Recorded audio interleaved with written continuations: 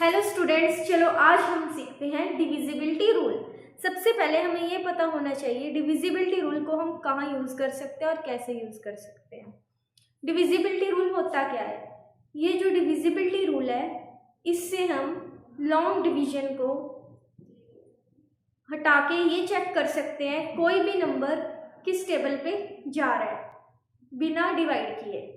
चलो देखते हैं। सबसे पहले हमारे पास है 2। अगर हम 2 का टेबल लिखें तो हमारे पास कैसे आता है? 2, 4, 6, 8, 10, 12, 14।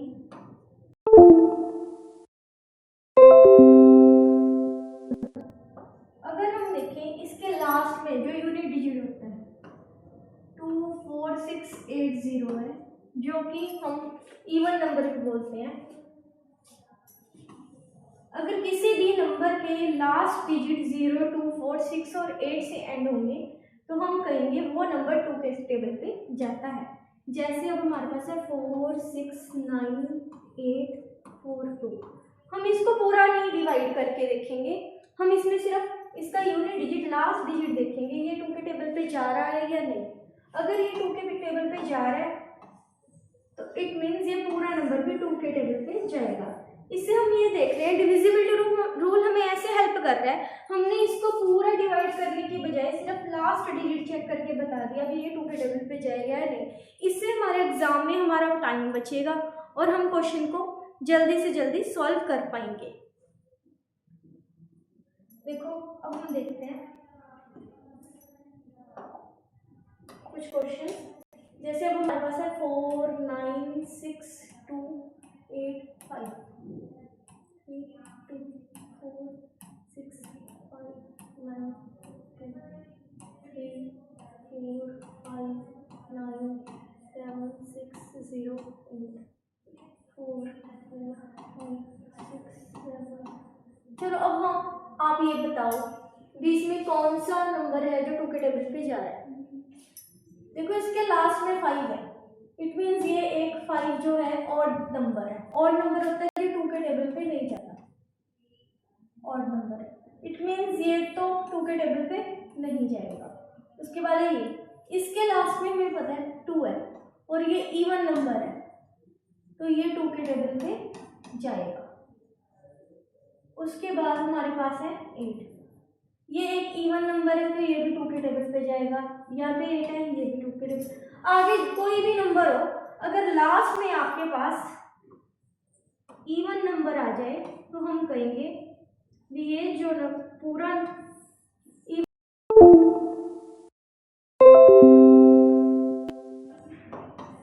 वो 2 के टेबल पे जाएगा ही जाएगा। कोई भी इवन नंबर हो वो 2 के साथ डिविजिबल होता है हमेशा।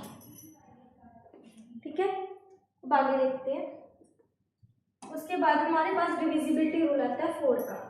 जैसे हम 2 के टेबल में लास्ट 1 डिजिट चेक कर रहे थे, 4 में हम लास्ट 2 डिजिट्स को चेक करेंगे। किसी भी नंबर के अगर लास्ट 2 डिजिट्स 4 के साथ इजीली डिविजिबल हो जाते हैं तो वो 4 के टेबल पे जाएगा। जैसे अब हमारे पास को नंबर है 49816। अब इसके लास्ट 2 डिजिट 16 है और 16 है जो यहाँ से देखे तो ये जो 16 है ये 4 के साथ डिविजिबल है।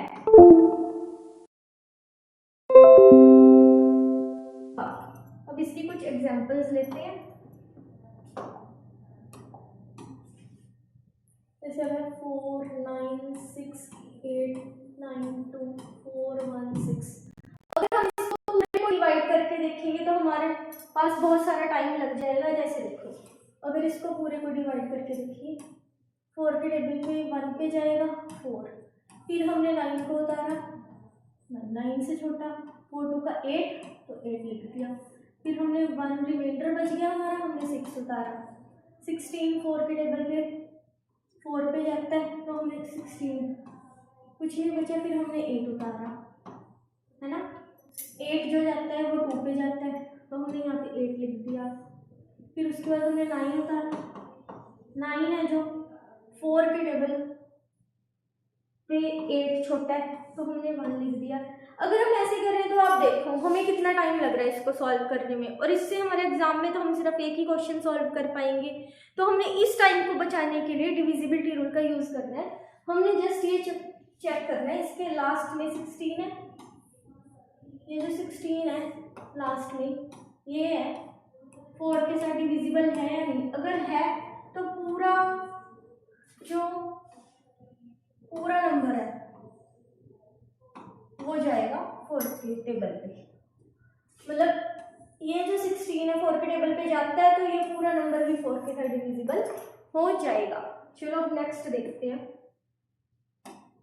अब हमारे पास है 8 का डिविजिबिलिटी रूल। 8 के डिविजिबिलिटी रूल में हम जैसे 2 के टेबल पे हमने 2 के डिविजिबिलिटी रूल पे हमने लास्ट डिजिट चेक किया, 4 के डिविजिबिलिटी रूल पे हमने लास्ट 2 डिजिट्स चेक किए, तो हम 8 के टेबल के लिए 8 के डिविजिबिलिटी रूल के लिए हम लास्ट 3 डिजिट्स को चेक करेंगे। अब देखो इसके लास्ट में 096 है और ये जो 096 है ये 8 के टेबल पे जाता है, हम चेक करते हैं 096। देखिए 9 से छोटा 8 1 पे जाता है, 16 यस, तो ये पूरा नंबर भी 8 के साथ डिविजिबल हो जाएगा। अब एग्जांपल लेते हैं हम 4 9 6 3 8 5 4 8 4 8। तो हम लास्ट चेक करते हैं, ये 3 डिजिट्स 8 के टेबल पे जा रही है, यस। इज 8 4 8 डिवाइडेड बाय 8, 8 1 का 8 0 1 0 6, तो ये 106 पे जाता है। इट मीन्स ये पूरा डिवाइड हो रहा है ना 8 के साथ, तो ये पूरा नंबर है जो ये सारा 8 के टेबल पे जाएगा।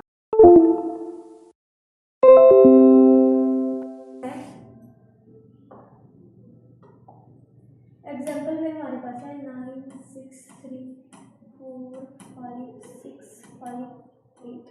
अब हम लास्ट 3 डिजिट को देखते हैं डिवाइड करके 8 के साथ जाते हैं या नहीं। 8 8 का 64 1 8 8 2 का 16, हमारे पास रिमाइंडर बच गया, तो इट मींस नहीं जाता, ये पूरा नंबर भी 8 के टेबल पे।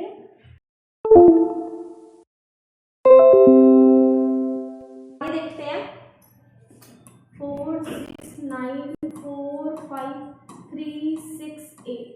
अब इस पूरे को चेक करते हैं 3 6 8 डिवाइडेड बाय 8, 8 4 का 32 48, 8 6 का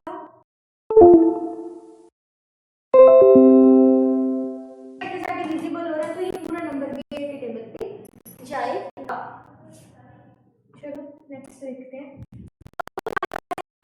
डिविजिबिलिटी रूल अलग पैटर्न के। सबसे पहले हमने कौन से पैटर्न के डिविजिबिलिटी रूल करे हैं, हमने सीखे हैं जिसमें हम लास्ट डिजिट्स को चेक कर रहे हैं। किसी में 1 को चेक कर रहे हैं लास्ट 1 डिजिट, फिर हमने लास्ट 2 डिजिट चेक किए, फिर हमने लास्ट 3 डिजिट चेक किए, और वो किस किस के लिए करें। अगर हम 2 में देखें तो हमने लास्ट 1 डिजिट चेक किया, ठीक है।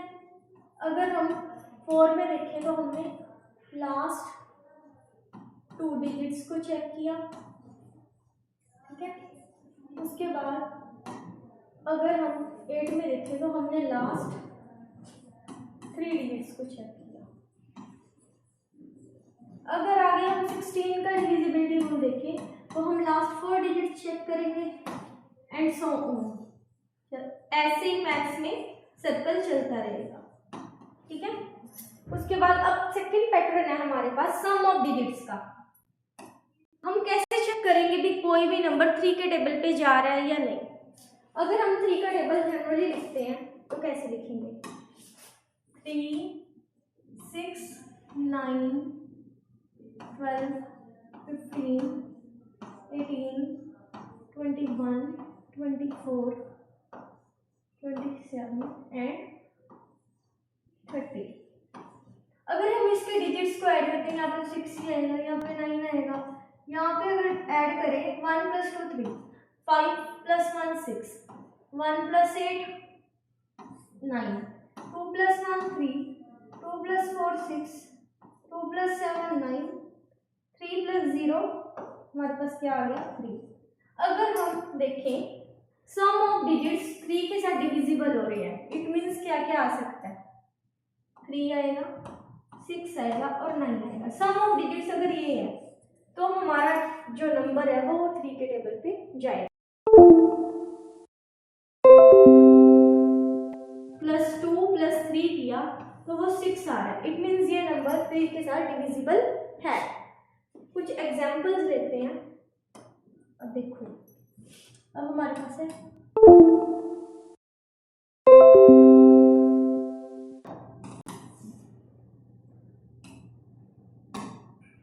5 4 5 4, इसको ऐड करें 9 9 + 5 14 + 4 18। अगर 18 को फर्दर ऐड करें 9, इट मीन्स ये 3 के टेबल पे जाएगा। आगे देखते हैं 9 6 4 3 2 1, इसको चेक करते हैं। अब देखो यहाँ पे आप ऐसे भी कट कर सकते हो, 9 और 6 कट हो गया, 3 2 1 6 बन रहा है, ये भी कट हो गया है ना, रह गया नहीं जाएगा। अगर हम सिंपली चेक करके देखें 9 + 6 15, 15 + 4 19, 19 + 3 हमारे पास क्या आ गया 22, और 22 में अगर हमने ये 3 ऐड करे तो हमारे पास 26 आ गया, और इसको फर्दर ऐड किया तो 8 बन गया। तो ये तो जा ही नहीं रहा 3 के टेबल पे, है ना, तो ये नंबर 3 के टेबल पे नहीं जाएगा। सेम आगे 9 का डिविजिबिलिटी रूल भी बिल्कुल सेम है। अब 9 के डिविजिबिलिटी रूल में क्या है, सबसे पहले हम 9 का टेबल लिखेंगे। 9 18 27 36 45 54 63 72 81 90। अगर हम इसके डिजिट्स को ऐड करें 8 + 1 9, 7 + 2 9, 3 + 6 9, 5 + 4 9, 4 + 5 9, 3 + 6 9, 7 + 2 9। अगर सम ऑफ डिजिट्स 9 आएगा तो हमारा नंबर 9 के साथ जाएगा, 9 के टेबल पे जाएगा। अब देखो यहाँ पे 7 2 9 है, इसको ऐड करें 7 + 2 + 9 18, 18 9 के टेबल पे जाता है तो 9 के टेबल पे ये पूरा नंबर जाएगा। 3 2, इसको देखते हैं, यहाँ पे 9 9 के पेयर बना लो, 4 5 9 6 3 9, रह गया 2 2 9 के टेबल पे नहीं जाता तो ये पूरा नंबर भी 9 के टेबल पे नहीं जाएगा। आगे देखते हैं। अब हमारे पास है 6 का डिविजिबिलिटी रूल। अब देखो 6 के हमारे पास 2 फैक्टर्स हैं, 2 और 3। कोई भी नंबर अगर 2 के टेबल पे और 3 के टेबल पे जाएगा तो वो नंबर 6 के टेबल पे भी जाएगा। कंडीशन ये है वो 2 के टेबल पे भी जाना चाहिए और 3 के टेबल पे भी जाना चाहिए। जैसे अब हमारे पास है 1 3 2 3, देखो लास्ट में देखें तो ये इवन है, इट मींस ये 2 के टेबल पे जाएगा। अगर इसका सम करें 1 + 3 + 2 6, ये भी 3 के टेबल पे जाएगा, ये 3 के पे भी जा रहा है, 2 के टेबल पे भी जा रहा है, तो 132 हमारा 6 के साथ डिविजिबल होगा। ठीक है, उसके बाद अब हम इसकी कुछ एग्जांपल्स देखते हैं। जैसे अब हमारे पास आ गया 9 5 4 2 3 6, अब लास्ट में इवन डिजिट है, इट मीन्स ये 2 के टेबल पे तो जा रहा है। ठीक है, उसके बाद चेक करते हैं 3 के टेबल पे 2, अब रह गए 2 तो 3 के टेबल पे नहीं जाता, ये नंबर अब 3 के टेबल पे नहीं जा रहा, तो इट मीन्स ये पूरा नंबर जो है 6 के टेबल पे भी नहीं जाएगा। कंडीशन ये है 6 के टेबल पे डिविजिबल होने की, वो 2 के साथ भी डिविजिबल होना चाहिए और 3 के साथ भी। मतलब जिस नंबर पे हमारा 2 और 3 का डिविजिबिलिटी रूल अप्लाई करेगा वो ही नंबर हमारे 6 के टेबल पे जाएगा। अब नेक्स्ट देखते हैं वो हमारे पास है डिविजिबिलिटी रूल 5 का। कोई भी नंबर हो जिसके लास्ट में जिसका यूनिट डिजिट 0 और 5 होगा वो हमारे 5 के टेबल पे जाएगा। ये तो बहुत सिंपल सा मेथड है। उसके बाद आगे देखते हैं 7 का डिविजिबिलिटी रूल क्या है। थोड़ा सा डिफरेंट डिविजिबिलिटी का रूल है भी। कोई नंबर 7 के साथ कैसे डिविजिबल है हम कैसे चेक करेंगे। इसमें हमने सबसे पहले क्या करना है, देखो अब हमारे पास ये नंबर है 203। इसमें हम क्या करेंगे, 3 है, 3 का डबल करेंगे, क्या गया 6। उसको जो नंबर रह गया उसमें से माइनस करेंगे, 20 माइनस 6 क्या गया 14। अब ये नंबर 7 के साथ डिविजिबल है ना, तो पूरा नंबर 7 के साथ डिविजिबल होगा। हम एक और एग्जांपल लेते हैं इसकी। जैसे अब हमारे पास आ गया 3 4 3, ठीक है। अब देखो इसको 2 के साथ मल्टीप्लाई किया, हमारे पास क्या आ गया 6। यहाँ पे गया 34। हमने 34 से 6 को क्या कर दिया माइनस, 34 माइनस 6 हमारे पास क्या आ गया 28। 28 7 के टेबल पे जाता है, तो ये पूरा नंबर भी 7 के टेबल पे जाएगा। अब देखते हैं हमारे पास है एक नंबर 35493, ठीक है।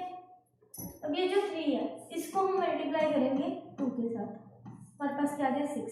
अब रिमेनिंग नंबर कौन सा है 3549। इसमें से 6 माइनस किया तो हमारे पास क्या बच गया 3 5। अब इसको फिर 2 से मल्टीप्लाई करेंगे, 6 आ गया, रह गया रिमेनिंग 354 माइनस 6 348। अब हमारे पास क्या है यहाँ से 348। हम 348 में 8 का डबल करेंगे 16। 34 में से अगर हमने 16 माइनस किए तो हमारे पास क्या आ गया